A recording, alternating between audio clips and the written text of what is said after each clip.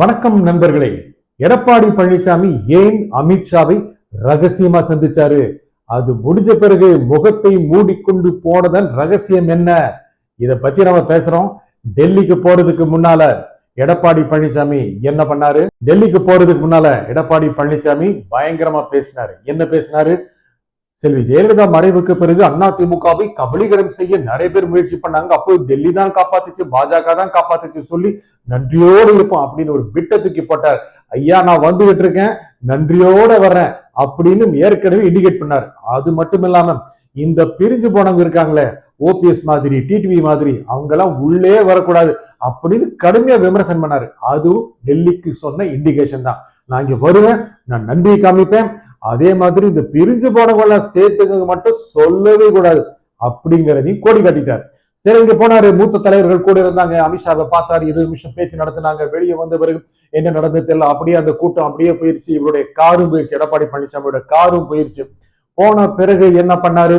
அவர் மட்டும் தனியா அமித்ஷாவோட ஒரு சந்திப்பை நடத்தி கொண்டார். அந்த சந்திப்புல என்ன பேசப்பட்டிருக்கும் யோசிச்சு பாருங்க. என்ன, 2 பேர் சந்திக்கிறாங்க, 2 முக்கியமான தலைவர்கள், நாட்டினுடைய மிகப்பெரிய பதவியில் இருக்கின்ற உள்துறை அமைச்சராக இருக்கின்ற திரு அமித்ஷா, பாஜகவில் மிகப்பெரிய சக்தி வாய்ந்தார். இங்க நம்முடைய தமிழ்நாடு சட்டப்பேரவை எதிர்கட்சி தலைவர், முன்னாள் முதலமைச்சர், 4.5 வருஷம் முதலமைச்சராக இருந்தவர், அதிமுகவுடைய பொதுச் செயலாளர், மிகப்பெரிய கட்சியாக இருந்த அதிமுகவுடைய பொதுச் செயலாளர், 2 பேரும் சந்திக்கிறாங்கன்னா என்ன பேசுவாங்க? ஏதோ ஒரு முக்கியமான விஷயம் இருக்கு. இந்த மாதிரி 2 பேர் பேசுறாங்கன்னா ஒருத்தரோட கை மேல இருக்கும், ஒருத்தரோட கை கீழே இருக்கும். ஒருத்தர் பலமா இருப்பாரு, ஒருத்தர் பலவீனமா இருப்பார். அப்ப அந்த 2 பேர்ல யார் எப்படி இருப்பாங்க? யோசிச்சு பாருங்க. அதிமுக ஒரு சிரமத்தில் இருக்கு, பாஜக எந்த கஷ்டம் இருக்கு, தமிழ்நாட்டை இன்னும் கொஞ்சம் பலவீனமா தான் இருக்கு, அதை பாத்துக்கலாம். அதிமுக சிக்கல்கள் இருக்கு, ஏற்கனவே பிரிஞ்சு போனோம்லாம் பெரிய குடைச்சல் கொடுத்துட்டே இருக்காங்க. இந்த செங்கோட்டைன்னு வேற கேட்கவே வேண்டாம். இந்த மாதிரி சமயம் தாங்க எடப்பாடி பழனிசாமிக்கு ஒரு கலக்கத்தை கொடுத்துச்சு. ஏன்னா அவர் முக்கியமாக ஓபிஎஸ் வெளியே போகும்போதெல்லாம் அவர் கவலைப்படவே இல்லை. அந்த மண்டலம் தன்னுடையது இல்லை அப்படிங்கிற ஒரு பிலாங்கி இல்லாத நிலைமையில இருந்தார். சரி, இங்க விஜயபாஸ்கர் இருக்கிறாரு, அங்க உதயகுமார் இருக்காரு, செல்லூராஜ் இருக்காரு, இவங்கெல்லாம் அப்படி கொத்து கொத்தா கொண்டு வந்துருவாங்க, முக்குலத்துல ஓட்டை அப்படின்னு நினைச்சாரு. ஆனா தன்னுடைய மண்டலம், கொங்கு மண்டலம், தனக்கு எப்பவுமே 40+ இடங்களுக்கு கொடுக்கும் சட்டப்பேரவைகள் அப்படின்னு ரொம்ப நம்பிக்கையோடு இருந்தார். அதுல சலசலப்பை ஏற்படுத்தினாரு பாருங்க செங்கோட்டையன். அதுல கொஞ்சம் கலங்கி போயிட்டார் எடப்பாடி பழனிசாமி. ஐயோ, இந்த செங்கோட்டையன் என்ன பண்ணுவாரு தெரியலையே, அப்படியே ஓட்டுகளை பிரிச்சுட்டு போயிடுவாங்கிறது இல்லைங்க, கொஞ்சம் கிராக்க கொண்டு வந்தாவே ஒரு 5-6 ஓட்டு 5-6 ஓட்டு குறைஞ்சாவே காணாமல் போயிருவோம் அப்படிங்கிற பயம் எடப்பாடி பழனிசாமி வந்துருச்சு. அதனால செங்கோட்டையன் போய் கொஞ்ச நாள் இவரும் போயிட்டு வந்துட்டாரு. அப்போனா இதுதான் விஷயம் அப்படின்னு என்ன சொல்ல போறாரு? ஐயா, செங்கோட்டையன் அடிக்குவீங்க, ஓபிஎஸ் அடிக்குவீங்க, டிடிவி அடிக்குவீங்க இப்படின்னு கம்ப்ளைண்ட் பண்ண முடியுமா? அந்த கம்ப்ளைண்ட் பண்ண முடியுமா? ஐயா, உங்க அண்ணாமலை தாங்க ரொம்ப குடைச்சிருக்குங்க, பெருசா பேசுறாரு. அண்ணாமலை ஒரு கூட்டத்துல பேசிட்டாரு, சமீபத்துல பாஜகவுடைய ஒரு கூட்டத்துல என்ன பேசிட்டாரு அப்படின்னா, எடப்பாடி பழனிசாமிக்கு வர்ற கூட்டம் இருக்கே அடடா அப்படின்னு சொல்லிட்டு பாஜக வேற ரொம்ப புகழ்ந்து பேசுறாரு. எடப்பாடி ரொம்ப நல்லா இருக்குன்னாரு. அண்ணாமலை எடப்பாடியை புகழ்ந்து பேசினாவே அது ரொம்ப வில்லங்க இருக்கு அப்படின்னு எல்லாரும் நினைக்கிறாங்க. எடப்பாடி நினைக்காம இருப்பாரா? எப்படியா எடப்பாடியை காலி பண்ணு அண்ணாமலை நினைக்கிறாருன்னா அண்ணாமலை காதலி போட்டு வச்சிருக்காங்க, எடப்பாடி காதலி போட்டு வச்சிருக்காங்க. அதுல கொஞ்சம் அரண்டு போயிருக்கிறாரு. நேரா போய் அமித்ஷா சொல்லி இருப்பாரா? சொல்ல முடியுமா? அமித்ஷாவுக்கு என்ன எடப்பாடியை நல்லா உயர்த்தி பார்க்கணுங்கிற ஆசையா? இல்லதானே? சரி, அப்போனா அமித்ஷா என்ன முடிவு பண்ணியிருப்பாரு? ஏதோ ஒரு விஷயம் இருக்கு, 2 பேருக்குள்ள ஒரு முக்கியமான விஷயம் இருக்கு. ஐயா, இவங்க எல்லாம் வெளியே நகர்த்தி வைங்க, ஓபிஎஸ் வேண்டாம், டிடி வேண்டாம், சசிகலா வேண்டாம், உங்களுக்கு வேணுங்கிற இடம் 10-15 இடம் எக்ஸ்ட்ரா வாங்கிக்கோங்க அப்படின்னு எடப்பாடி சொல்லி இருக்க வாய்ப்பு இருக்கா? வாய்ப்பு இருந்து என்னங்க பிரச்சனம்? இடங்கள் கிடைச்ச என்ன பிரச்சனம்? தொகுதிகள் கிடைச்ச என்ன பிரச்சனம்? ஜெயிக்கணும் இல்ல? அது நல்லா அமித்ஷாவுக்கு தெரியுமே. உள்துறையுடைய அமைச்சரா இருக்கிறது தெரியாதா? அப்ப உளவுத்துறை ரிப்போர்ட்ஸ் ரொம்ப சாதாரணமா போகுமே. இப்போ விஜய் வேற கலக்கிட்டு இருக்கிறாரு, திமுகவும் கலங்கி இருக்கு, அதிமுக கேட்கவே வேண்டாம், அதிமுக ஓட்டு அப்படியே பல்கா கொண்டு போயிடுவார் மாதிரி தெரியுது விஜய். அந்த மாதிரி சமயத்துல என்ன பண்ணணும் அப்படிங்கிறது அமித்ஷாவுக்கு தெரியாதா? ஐயா, அப்போ நான் பாருங்க, போனவங்க திரும்பி ஒன்னா சேர்த்துக்குங்க, இல்லாட்ட நான் கடுமையான நடவடிக்கை எடுப்பேன் அப்படின்னு அமித்ஷா சொல்ல முடியுமா? சொல்லுவாரா? எந்த ஒரு மீட்டிங்லையும் ஒரு பெரிய தலைவர்கிட்ட சந்திக்கும் போது, இந்த பிரிஞ்சுபர் ஓபிஎஸ் இருக்கிறாரு, அவர் உடனே சேர்த்துக்கிறீங்க, டிடிவி இருக்கிறாரு, அவர் கூட்டணியில சேர்த்துக்கிறீங்க, சசிகலாவை கூப்பிட்டு ஆலோசனை வச்சுங்க, இப்படிலாம் சொல்ல முடியாது இல்ல? ஆனால் அதிமுகவில் இருக்கின்ற அந்த முணுமுணுப்புகள் எல்லாவற்றையும் அமித்ஷா நன்கு அறிவார், நல்லா புரிஞ்சுட்டு தான் இருக்கிறாரு. இந்த அதிமுக இப்படி இருந்ததுன்னா தேராது போல இருக்கு அப்படின்னு நல்லாவே தெரியுது.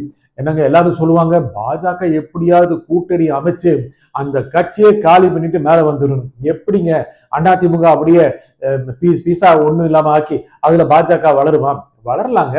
யாராவது ஒரு கட்சி தங்களுடைய வந்து தனக்கு அடைக்கலம் தேடி வரும்போது அவங்கள அடைக்கலம் கொடுத்து அப்புறம் அதையே ஒண்ணுமே இல்லாம ஆக்கி அதுக்கு மேல வளர்றது எல்லா கட்சியோட ஆசைதான்.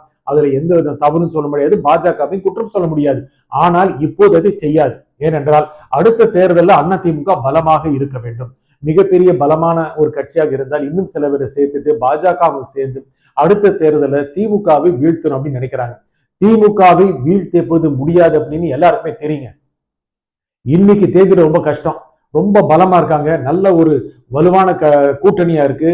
திமுக புகழ் மங்கவில்லை, இந்த மாதிரி இருக்கு. இருந்தாலும் சில அதிருப்திகள் இருக்கலாம், ஆனா அதையும் மீறி அவங்களுக்கு சாதகமான நிலைதான் இருக்கிறது. விஜய் வார கூட்டத்தை கூட்டி இன்னும் விஜய் கூட்டி திமுக கலக்கத்தை கொடுத்துட்டு இருக்கிறாரு. அப்படி அவர் ஏதாவது பண்ணாருன்னா திமுகவுடைய மெஜாரிட்டி குறையலாம். அப்படி ஒன்னும் ஸ்வீப் எல்லாம் ஆயிராது. இந்த சமயத்துல அதிமுக பலவீனமா இருந்ததுன்னா பாஜகவுக்கு என்ன லாபம்?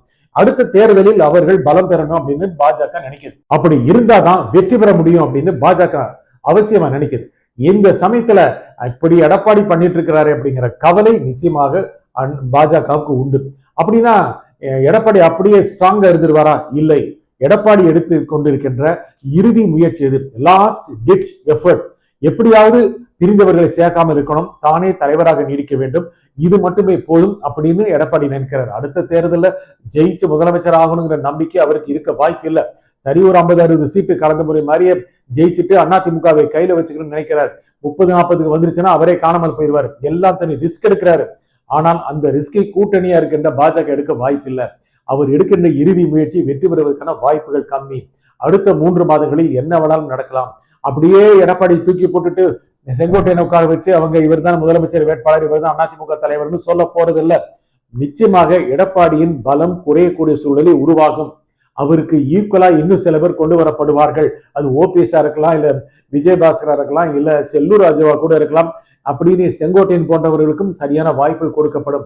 இந்த மாதிரி ஒரு சூழ்நிலை வெளியவே தான் பொதுச் செயலாளர் சொல்லி காத்துட்டு இருக்கிற சசிகலாவுக்கும் வாய்ப்பு கிடைக்க வாய்ப்பு இருக்கிறது. இவங்க எல்லாத்தையும் ஒன்று கூட வைத்து அதிமுகவை ஒரு பலம் பெற்ற ஒரு கட்சியாக மாற்றுவதற்கு பாஜக நினைக்கும். ஆகையால எடப்பாடி தன்னுடைய பிடியை மெதுவாக இழந்து விடுவார். அடுத்த 3 மாதங்களில் இதெல்லாம் நடக்கக்கூடிய வாய்ப்பு இருக்கிறது. இந்த மீட்டிங்ல ஒண்ணுமே இல்லை அப்படின்னா அவர் ரகசியமா நடத்திருக்க வேண்டிய அவசியம் இல்லை. எடப்பாடி முகத்தை மூடிக்கொண்டு போக வேண்டிய அவசியம் இல்லை. முகத்தை மூடிக்கொண்டு போகிறார் என்றால் அவருக்கு வேற ஏதோ ஒரு சிக்கல் இருக்கிறது என்று பொருள். இந்த சிக்கல் எல்லாம் தாண்டி அவரால் இருக்க முடியும் என்பது மிகப்பெரிய கேள்வி. அவரால் தலைமை பொறுப்பில் நீடிக்க முடியும். ஆனால் அதற்கு பங்காளர்களாக இன்னும் நிறைய பேர் வந்து விடுவார்கள். அதை அவரால் தடுக்க முடியாது. பிஜேபியும் அதற்கு ஆதரவு கொடுக்கும். இதுதான் அடுத்த சில மாதங்களில் நடக்கும். அடுத்த சில நாட்களில் நமக்கு பல க்ளூஸ் கிடைக்க வாய்ப்பு இருக்கு. அதை பற்றி பிறகு பேசுவோம். நன்றி, வணக்கம்.